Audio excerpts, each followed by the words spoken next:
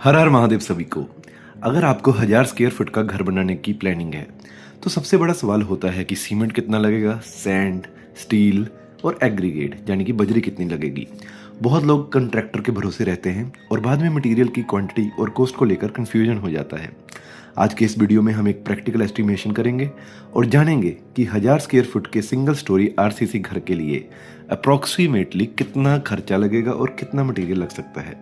ध्यान रखिएगा, ये एक्चुअल क्वांटिटी डिज़ाइन के ऊपर, सॉइल की कंडीशन के ऊपर, बीम का साइज़ कितना रखा जाएगा उसके ऊपर, स्लैब की मोटाई, थिकनेस कितनी रखी जाएगी और आर्किटेक्चर के हिसाब से बदल सकती है। इसलिए ये एस्टिमेशन सिर्फ एजुकेशनल पर्पस के लिए है। तो बेसिक कंजम्पशन ले लेते हैं इस कैलकुलेशन के लिए कि बिल्टअप अब एरिया अपना है 1000 स्क्वायर फुट। उसके बाद जो सिंगल स्टोरी हम आरसीसी स्ट्रक्चर बनाने जा रहे हैं और सॉइल की कंडीशन नॉर्मल है और हम जो कंक्रीट यूज़ कर रहे हैं वो M20 ग्रेड का मान लेते हैं। और अब देखते हैं कि मटेरियल की रिक्वायरमेंट कितनी रहेगी। सबसे पहले बात करते हैं सीमेंट की।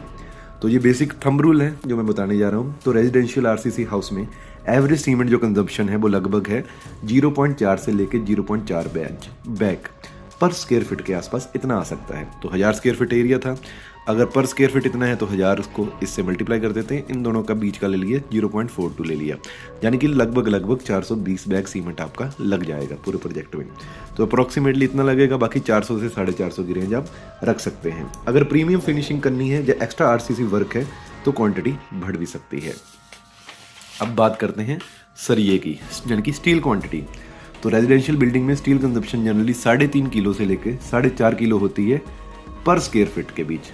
अगर 1000 स्क्वायर फीट है, मैं 4 पकड़ लेता हूँ, तो 4000 किलो आपका स्टील लगेगा। 1000 किलो मतलब 1 टन हो गया, 1 टन में 1000 किलो होते हैं, तो 3.5 से 4.5 टन, मतलब बेसिक मैं इनके बीच का 4 टन स्टील मान लेता हूँ कि अगर अर्थक्वेक जोन होगा, हैवी लोडिंग होगी, जो डबल हाइट का स्ट्रक्चर है, तो स्टील की क्वांटिटी बढ़ जाएगी।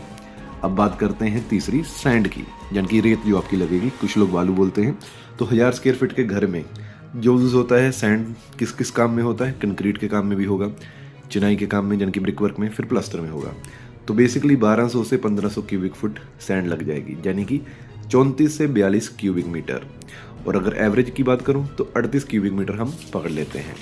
अब बात करेंगे बजरी की, यानी कि एग्रीगेट की।